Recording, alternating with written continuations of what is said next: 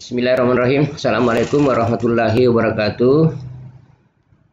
Para mahasiswa baru peserta PKKMB Politeknik Negeri Pontianak yang saya hormati, alhamdulillah, puji syukur kepada Allah Subhanahu wa taala atas segala limpahan rahmatnya kepada kita semua, dan tak lupa salawat dan salam kepada junjungan Ibu besar Muhammad sallallahu alaihi wasallam. Pada kesempatan ini izinkan saya selaku Direktur Politeknik Negeri Pontianak yang diberi amanah untuk menyampaikan salah satu materi di dalam PKKMB itu. Adapun materi yang akan saya sampaikan pada kesempatan ini adalah membahas tentang sistem pendidikan, khususnya pendidikan politeknik di Indonesia. Dalam materi saya ini akan nanti saya akan sampaikan beberapa hal, antara lain apa dan bagaimana sistem pendidikan politeknik dan bagaimana pendidikan Politeknik Negeri Pontianak dan segala aspeknya. Dan yang ketiga, pada bagian terakhir nanti akan saya singgung sedikit mengenai kebijakan Kementerian Pendidikan dan Kebudayaan berkaitan dengan Merdeka Belajar, Kampus Merdeka. Adik-adik yang saya hormati, sebagaimana Anda semua sudah ketahui bahwa pada jalur pendidikan formal kita mengenal namanya level pendidikan, mulai dari pendidikan dasar sampai pendidikan tinggi. Di pendidikan dasar, ya, institusinya disebut dengan sekolah dasar.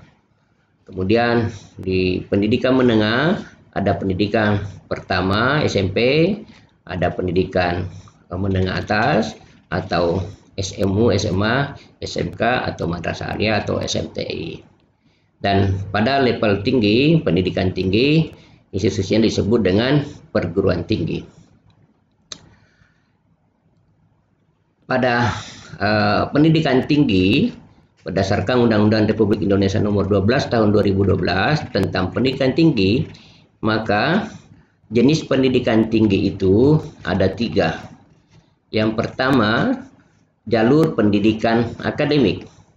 Pendidikan akademik merupakan pendidikan tinggi, program sarjana dan atau program pasca sarjana yang diarahkan pada penguasaan dan pengembangan cabang ilmu pengetahuan dan teknologi. Yang kedua, pendidikan vokasi. Pendidikan vokasi merupakan pendidikan tinggi program diploma yang menyiapkan mahasiswa untuk pekerjaan dengan keahlian terapan tertentu sampai program sarjana terapan. Di sisi lain, pendidikan vokasi dapat juga dikembangkan sampai program magister terapan, S2 terapan, atau program doktor terapan, S3 terapan. Yang ketiga, jenis pendidikan tinggi yaitu pendidikan profesi. Pendidikan profesi merupakan pendidikan tinggi setelah program sarjana yang menyiapkan mahasiswa dalam pekerjaan yang memerlukan persyaratan keahlian khusus. Kita tentunya pada jalur pendidikan vokasi. Yang kedua, di dalam pendidikan vokasi kita mengenal gelar vokasi. Ya, Anda masuk di Politeknik mengambil program Diploma 1, Diploma 2, Diploma 3 atau Diploma 4 sarjana terapan. Di masing-masing level itu ada gelar akademiknya atau gelar vokasinya. Yang pertama, gelar yang disebut dengan ahli pratama AP bagi lulusan Diploma 1. Yang kedua, ahli muda atau AMA bagi lulusan Diploma 2. Kemudian ahli madya AMD bagi lulusan Diploma 3. Bagi lulusan Diploma 4 atau S1 terapan, gelarnya sarjana terapan atau STR. Dan bagi yang mengambil nanti setelah selesai S1 terapan, mengambil magister terapan atau doktor terapan, maka akan mendapat gelar MTR atau doktor terapan. Selanjutnya kita akan melihat bentuk-bentuk perguruan tinggi. Ya, di dalam Undang-Undang Pendidikan Tinggi tadi kita mengenal ada 6 bentuk perguruan tinggi. Yang pertama, universitas, kemudian institut, sekolah tinggi, yang keempat politeknik, yang kelima akademi, dan akademi komunitas yang keenam. Jadi keenam bentuk perguruan tinggi di Indonesia ini ada. Ya, kita salah satunya politeknik. Apa perbedaan di antara bentuk-bentuk perguruan tinggi tersebut? Tentu kita tidak bahas semuanya, saya hanya mau mengambil antara politeknik dengan universitas supaya ada gambaran perbedaan mendasarnya. Di universitas itu merupakan perguruan tinggi yang menyelenggarakan pendidikan akademik dan dapat menyelenggarakan pendidikan vokasi dalam berbagai rumpun ilmu pengetahuan dan atau teknologi. Dan jika memenuhi syarat, universitas juga dapat menyelenggarakan pendidikan profesi. Ini bentuk perguruan tinggi yang sifatnya universitas. Untuk politeknik, ini merupakan perguruan tinggi yang menyelenggarakan pendidikan vokasi. Jadi perbedaan mendasarnya ada pendidikan akademik, ada pendidikan vokasi. Dalam berbagai rumpun ilmu pengetahuan dan atau teknologi, dan jika memenuhi syarat, politeknik dapat menyelenggarakan pendidikan profesi. Politeknik, pendidikan politeknik itu juga menjadi bagian dari sistem pendidikan nasional, khususnya pendidikan tinggi yang mengembangkan sumber daya manusia SDM melalui jalur pendidikan vokasi. Pendidikan politeknik adalah jalur pendidikan vokasi pada tingkat perguruan tinggi. Di pendidikan vokasi itu di tingkat menengah disebut SMK, kalau di perguruan tinggi disebut pendidikan politeknik, yang membekali lulusannya dengan keterampilan yang didukung dengan pengetahuan dasar teoritis serta sikap disiplin yang tangguh. Jadi kalau Anda belajar di politeknik, maka Anda akan mendapat sejumlah kompetensi keterampilan yang didukung oleh kemampuan pengetahuan dasar teoritis yang cukup dan punya sikap disiplin yang tinggi. Itu ciri khas dari pendidikan politeknik. Tujuan didirikannya pendidikan politeknik di Indonesia ini untuk menghasilkan lulusan yang memiliki pengetahuan dan keterampilan yang sesuai atau link and match dengan kebutuhan industri atau dunia kerja, sehingga lulusan politeknik memiliki daya saing yang tinggi untuk mendapatkan pekerjaan. Sistem belajar mengajar daring dan kurikulum politeknik itu berbeda dengan universitas atau bentuk-bentuk perguruan tinggi lainnya. Perkuliahan di politeknik menggunakan sistem paket yang disesuaikan seperti dunia industri atau dunia kerja, sehingga jam perkuliahan menyerupai jam kerja. Belajar di politeknik, kita seolah-olah sudah bekerja di suatu industri atau perusahaan atau instansi, sehingga lulusan politeknik siapkan untuk mampu bekerja sesuai dengan standar dunia kerja dan dunia usaha. Pendidikan politeknik di Indonesia dikembangkan untuk menghasilkan lulusan yang memiliki pengetahuan praktis. Jadi, pendidikan politeknik itu diarahkan pada pengetahuan praktis dan keahlian yang dibutuhkan oleh industri, baik industri jasa, dagang, dan manufaktur. Selain menghasilkan lulusan yang berkualitas dan memiliki keterampilan, lulusan politeknik juga dididik untuk memiliki jiwa wirausaha, punya budaya, punya karakter, berwawasan lingkungan, serta mampu bersaing di tingkat nasional maupun internasional. Ya, adik-adik yang sudah mengambil pilihan pendidikan politeknik ini tentu akan sangat memberikan manfaat bagi adik-adik nantinya dalam mengembangkan pengetahuan yang sifatnya praktis. Adik-adik yang saya hormati, desain kurikulum politeknik itu lebih menekankan pada aspek praktek yang merupakan aplikasi teori. Di pendidikan politeknik, di perguruan tinggi politeknik, persentase kegiatan praktikum itu berkisar antara 60-70% persentase jam atau total SKS dari keseluruhan SKS yang ada. Adik-adik yang saya hormati, terdapat 3 pilar utama dalam pendidikan politeknik. Jadi ini yang menjadi penciri atau kekhususan pendidikan politeknik. Apa itu 3 pilar utamanya? Yang pertama adalah akademisi, praktisi, dan yang ketiga adalah industri. Ketiga pilar ini bekerja secara simultan dan terstruktur untuk menghasilkan lulusan yang memiliki keahlian yang dibutuhkan. Kita mengambil contoh misalnya program diploma 3. Desain kurikulumnya tadi lebih banyak prakteknya dan melibatkan praktisi dari industri untuk mengajar di kampus. Atau mahasiswanya ke industri, ke dunia usaha atau dunia kerja melakukan praktek lapangan atau magang atau praktek industri. Itu bagaimana saling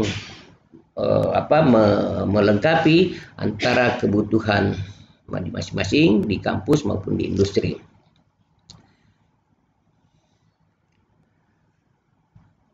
Sebagai informasi tentang pendidikan politeknik, bahwa politeknik itu ya walaupun relatif masih baru, itu sudah dirintis sejak tahun 1976 dengan dibukanya Politeknik Mekanik Swiss atau PMS di Bandung. Ini dulu masih proyek yang dibiayai bantuan dunia World Bank, dan Politeknik Mekanik Swiss sekarang berubah namanya menjadi Politeknik Manufaktur Bandung, disingkat Polman. Selanjutnya di tahun 79 oleh pemerintah itu dibangun Politeknik D3 pada 6 lokasi yang menyebar. Ada di Medan, Palembang, Jakarta, Bandung, Semarang, dan Malang. Yang kita lihat pada awalnya seluruh politeknik itu di bawah binaan universitas masing-masing di masing-masing tempat. Misalnya di Medan, Politeknik Universitas Sumatera Utara (USU). Setelah mandiri disebut dengan Politeknik Negeri Medan Polmed. Di Sriwijaya menjadi Polsri, di Jakarta menjadi PNJ Politeknik Jakarta, di Bandung menjadi Politeknik Negeri Bandung Polban, di Semarang menjadi Politeknik Negeri Semarang Polines, dan di Malang di bawah Politeknik Universitas Brawijaya menjadi Politeknik Negeri Malang. Itu yang Politeknik level D3, yang selanjutnya dikembangkan di beberapa provinsi, di Aceh, Padang, Ujung Pandang, Surabaya, dan lain-lain. Selanjutnya pada tahun 85 itu dibangun Politeknik pada level D2, juga pada 6 lokasi yang menyebar. Salah satunya di tempat kita, Pontianak, Banjarmasin, Samarinda, Ambon, Manado, Bali. Seperti Politeknik D3 tadi, di Politeknik D2 ini juga mengikut pada universitas di masing-masing tempat. Seperti Pontianak, Politeknik disebut Politeknik Universitas Tanjung Pura, Untan. Di Banjarmasin, Politeknik Lambung Mangkurat, ya Ulam. Dan setelah mandiri itu berubah namanya sesuai dengan pemberian nama masing-masing oleh pimpinannya pada saat itu. Misalnya di Politeknik Negeri Pontianak itu pada zaman Bapak Abdul Hamid M.Eng yang memberi Politeknik Negeri Pontianak dengan singkatan Polnet. Di Banjarmasin Poliban, di Samarinda Polnes, di Ambon Polnam, di Manado Polimdo, dan di Bali disebut dengan Politeknik Negeri Bali PNB. Politeknik D2 ini yang dibangun fisiknya tahun 85 itu baru menerima mahasiswa baru 2 tahun kemudian, itu pada tahun 1987. Saat ini kita tidak mengenal lagi atau tidak dikenal lagi Politeknik level D2 atau level D3. Semuanya sudah disamakan. Bisa menyelenggarakan pendidikan program diploma 1 sampai program diploma 4 atau sarjana terapan, bahkan bisa membuka program S2 terapan dan atau S3 terapan. Tentu tergantung dari sumber daya yang dimiliki masing-masing politeknik yang bersangkutan. Saat ini politeknik negeri yang di bawah Kementerian Pendidikan dan Kebudayaan sudah berjumlah 43 politeknik. Di Kalimantan Barat sendiri sudah berdiri 3, ya, Politeknik Negeri Pontianak, kemudian ada di Sambas Politeknik Negeri Sambas, dan ada di Ketapang Politeknik Negeri Ketapang. Kedua politeknik yang di Kalbar itu juga di bawah awalnya di bawah pembinaan Politeknik Negeri Pontianak.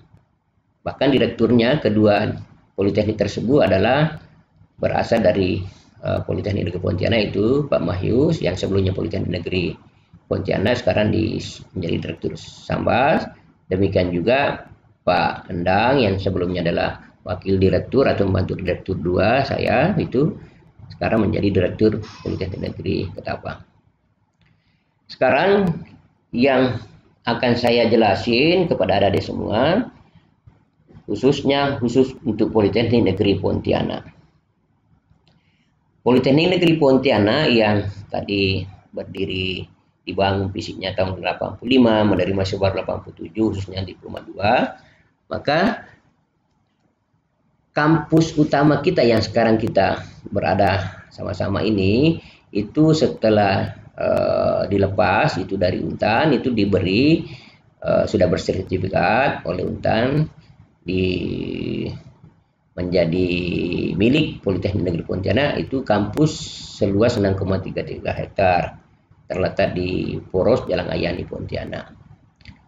Ya, seperti yang saya katakan tadi, tahun 85 dibangun, 87 menerima siswa yang khusus untuk teknik sipil, teknik mesin, dan teknik elektro. Pada awalnya memang Politeknik Negeri Pontianak di bawah Universitas Tanjung Pura sehingga bernama Politeknik Untan. Nanti pada tahun 97 dengan keluarnya SK Mendikbud nomor 81/O/19 tanggal 28 April 97, Politeknik, ya, beberapa Politeknik D2 tadi dimandirikan dan diberi nama sesuai dengan tempatnya masing-masing. Untuk kita Politeknik Negeri Pontianak disingkat Polnek. Sehingga tanggal 28 April ini merupakan tanggal milad atau Disnatalis Polnek.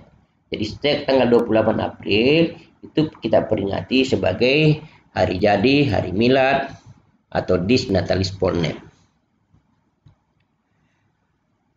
Adik-adik yang saya hormati, saat ini Politeknik Negeri Pontianak menyelenggarakan program pendidikan D1, D2, D3, D4 atau D1 terapan pada 8 jurusan dengan 30 program studi yang ada di kampus utama maupun yang ada di luar kampus utama PDD atau PSDK. Di kampus utama ada 8 jurusan. Yang pertama jurusan Teknik Sipil dan Perencanaan, di bawahnya ada 2 program studi yaitu D3 Teknik Sipil dan D4 Perencanaan Perumahan dan Pemukiman. Kemudian jurusan Teknik Mesin juga ada 3 program studi yaitu D1 Operator Alat Berat, D3 Teknik Mesin, D4 Teknik Mesin khususnya konversi energi. Kemudian jurusan yang ketiga adalah jurusan Teknik Elektro dengan program studi ada 3 yaitu D3 Teknik Listrik, D3 Teknik Informatika, dan D3 Teknik Elektronika. Dan jurusan yang keempat jurusan akuntansi dengan 2 program studi D3 dan D4 akuntansi. Untuk D4-nya adalah sektor publik. Yang kelima jurusan administrasi bisnis. Ada 3 program studi yaitu D3 administrasi bisnis, D4 administrasi negara, dan D4 administrasi bisnis otomotif. Dan jurusan yang keenam adalah ilmu kelautan dan perikanan. Di dalamnya ada 3 prodi, yaitu prodi D3 budidaya perikanan, D3 teknologi penangkapan ikan, D3 teknologi pengolahan hasil perikanan. Dan yang ketujuh adalah jurusan teknologi pertanian yang mengelola 3 prodi yaitu D3 teknologi pengolahan hasil perkebunan, D4 budidaya tanaman perkebunan, dan D4 manajemen perkebunan. Dan jurusan terakhir adalah jurusan teknik arsitek. Di dalamnya dikelola 3 prodi yaitu D3 arsitektur, D4 arsitektur bangunan gedung, dan D4 desain kawasan binaan. Itu jurusan-jurusan dan prodi yang ada di kampus utama. Di luar kampus utama atau di luar domisili, kita ada yaitu satu program studi di luar domisili PDD Kapuas Hulu. Ada 3 prodi di sana yaitu D3 Teknik Sipil, D3 Budidaya Perikanan, dan D3 Teknologi Pengolahan Hasil Perkebunan. Yang kedua yaitu program studi di luar kampus utama.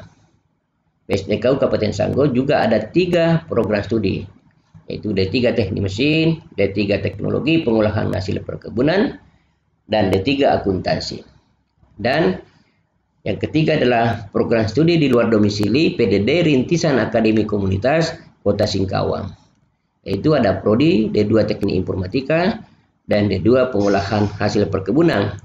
Yang untuk PDD Rintisan Kota Singkawang ini kita masih menunggu komitmen dari Wali Kota Singkawang apakah masih mau meneruskan PSDDKU-nya di sana atau PDD di sana. Untuk bisa lanjut tentu komitmen Pemdanya dengan DPR-nya. Adik-adik mahasiswa yang saya hormati, dari sekian banyak prodi yang kita miliki baik di kampus utama maupun di luar kampus utama atau di luar domisili, maka jumlah total mahasiswa aktif Polnep saat ini itu sudah mendekati angka 7.000 mahasiswa. Bisa dibayangkan begitu banyaknya mahasiswa Polnep. Adapun fasilitas-fasilitas yang ada atau di kampus kita ini itu laboratorium, workshop, studio pada masing-masing jurusan atau program studi, kemudian ada simulator, kapal latih di program studi perikanan, penangkapan ikan, ada alat berat di program studi D1 alat berat, kemudian ada pabrik mini sawit di Mega Timur, ini untuk program studi teknologi pertanian, kemudian kebun percobaan, ya kebun sawit juga di Mega Timur, ini untuk jurusan teknologi pertanian. Kemudian ada tambak di Mempawah, ini untuk jurusan ilmu kelautan perikanan.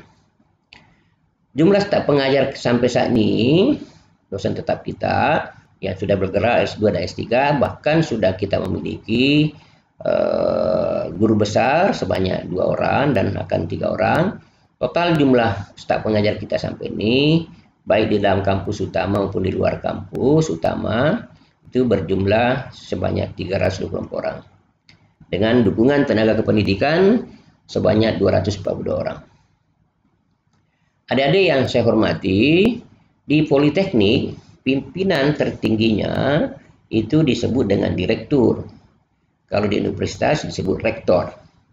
Direktur untuk Politeknik Negeri Pontianak itu dibantu oleh beberapa wakil direktur atau pembantu direktur 1. Di Polnep kita memiliki 4 pembantu direktur dan 1 wakil manajemen mutu. Ini untuk Pudir 1 itu bidang akademik, Pudir 2 bidang kepegawaian dan keuangan, Pudir 3 bidang kemahasiswaan dan alumni, Pudir 4 bidang kerjasama dan hubungan industri, dan wakil manajemen mutu membidangi penjaminan mutu akademik. Ini saya kira perlu juga saya sampaikan ke adik-adik mahasiswa baru supaya dari awal memahami apa visi Polnep. Visi Polnep kita sampai saat ini masih berbunyi seperti ini, yaitu menjadi lembaga pendidikan vokasi yang terbaik dan terpercaya di tingkat nasional dan internasional. Ini menjadi sasaran jangka panjang kita bahwa Polnep akan menjadi perguruan tinggi yang berkelas dunia, ya world class politeknik. Karena itu adik-adik seluruh mahasiswa baru, saya berharap untuk senantiasa berkarya, berinovasi, berkualitas untuk kemajuan Polnep. Di sisi lain, kita juga Polnep yang sangat mempunyai makna dalam. Moto, itu kita punya moto, tepat waktu, tepat ukuran, dan tepat aturan. Jadi, baik dari proses pembelajaran, proses bekerja, proses praktek, dan seterusnya, ketika ketiga moto ini, tepat waktu, aturan, ukuran, ini harus senantiasa terimplementasi. Ya, jadi kalau kita ada proses, ada jadwal, ada waktu yang tepat. Kalau kita bekerja, ada ukuran yang tepat. Kalau kita punya ketentuan, ada aturan yang jelas, ada prosedur yang jelas, ada SOP yang baik. Di samping itu, di Polnet juga saya mencoba memberikan beberapa slogan untuk menjadi harapan-harapan kita ke depannya.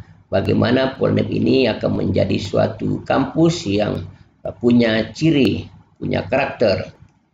Yang pertama, bahwa Polnet ke depannya itu akan menjadi pusat unggulan, pusat standar, dan pusat inovasi dan kreativitas.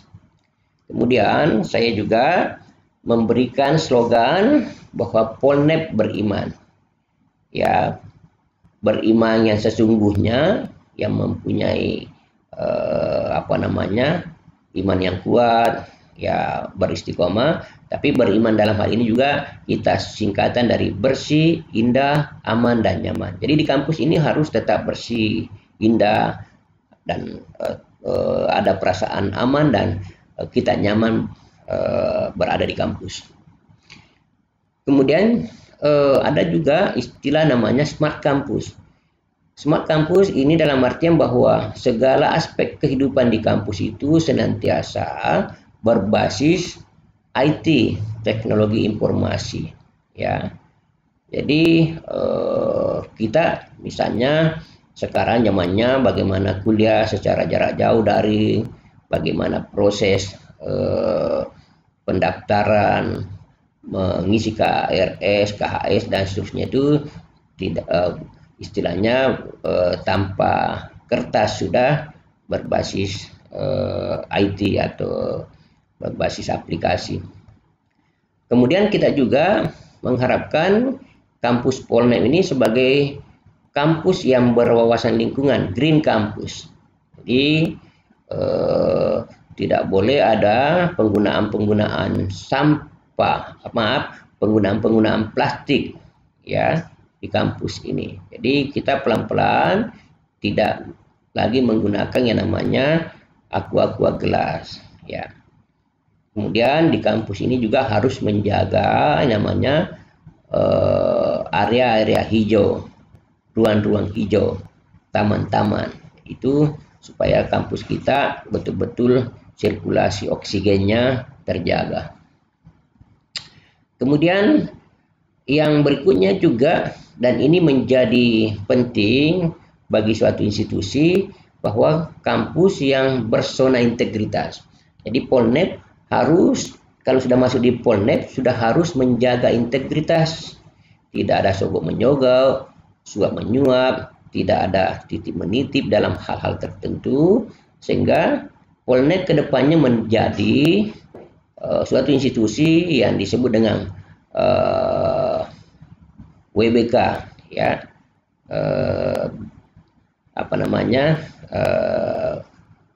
bebas korupsi, ya, wilayah bebas korupsi, atau yang lebih tinggi lagi WBBM, wilayah bersih dan melayani. Jadi wilayah bersih dan melayani, WBBM, birokrasi bersih dan melayani. Ada beberapa hal yang mungkin saya sampaikan berkaitan dengan capaian-capaian kita yang mungkin memberikan semangat, memberikan dorongan kepada adik semua bahwa Polnet sudah punya prestasi-prestasi. Kita berbagai prestasi di bidang akademik dan non akademik pada tingkat lokal, nasional, dan internasional. Alhamdulillah beberapa event kita sudah ikuti.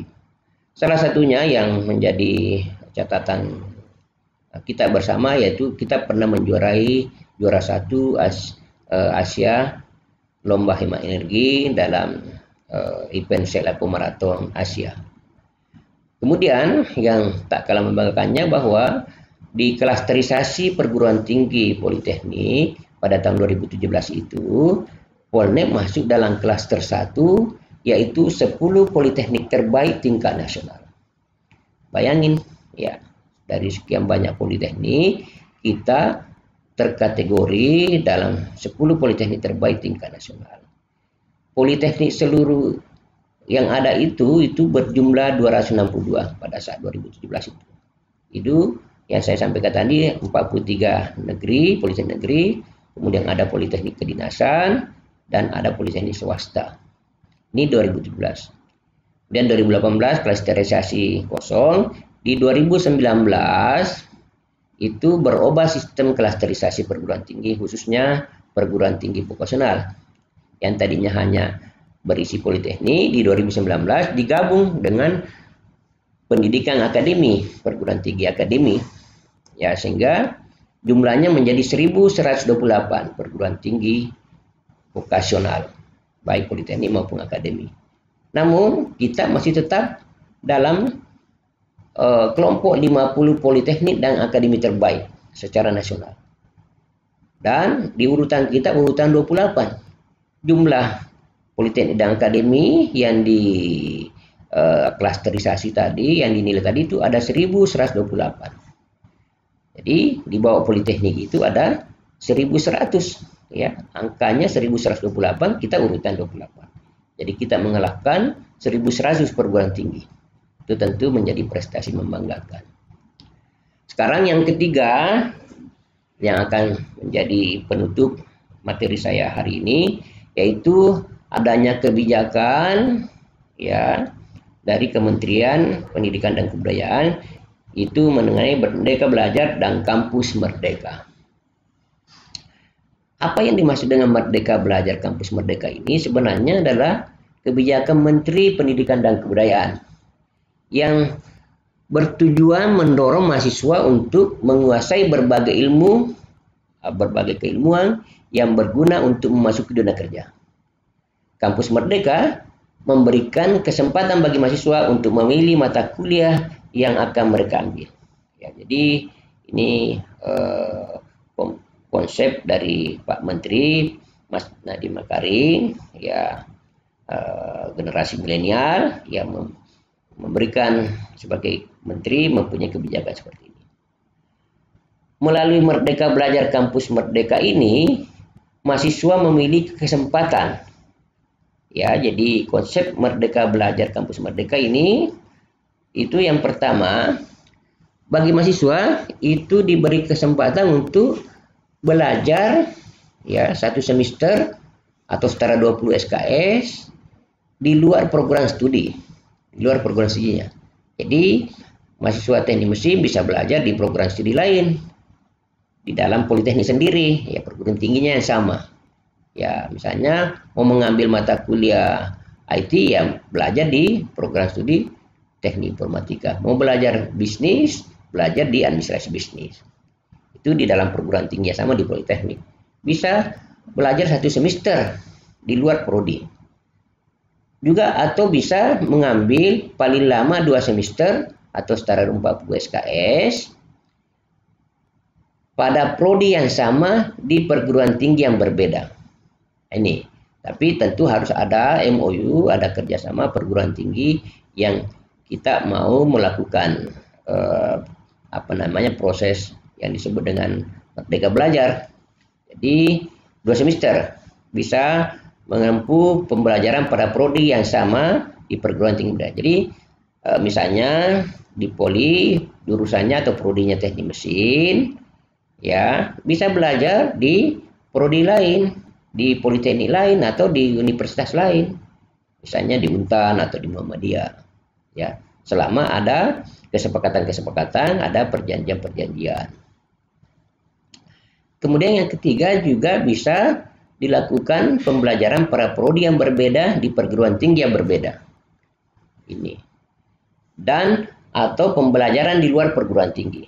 Ya, jadi ini konsep mengenai Merdeka Belajar. Dan kita mencoba secara perlahan menerapkan konsep ini. Paling pertama, saya sudah mengambil kebijakan bahwa kurikulum didesain paling tidak minimum 1 semester, ya, itu program magang, program PKL atau program praktek industri minimum 1 semester dilakukan, sehingga itu tadi sudah bisa memenuhi syarat tentang merdeka belajar. Adapun bentuk-bentuk kegiatan pembelajaran Merdeka Belajar Kampus Merdeka ini sudah dituangkan dalam Permendikbud nomor 3 tahun 2020 pasal 15 ayat 1. Itu bentuk-bentuknya ada 8. Ya. Yang pertama, pertukaran pelajar. Kita sudah melakukan pertukaran pelajar, pertukaran mahasiswa. Sering kita sudah berapa tahun ini sudah melakukan pertukaran mahasiswa dengan mahasiswa Perancis ke sini, mahasiswa kita ke Perancis, atau ke Filipina kemarin, atau ke Malaysia dan seterusnya.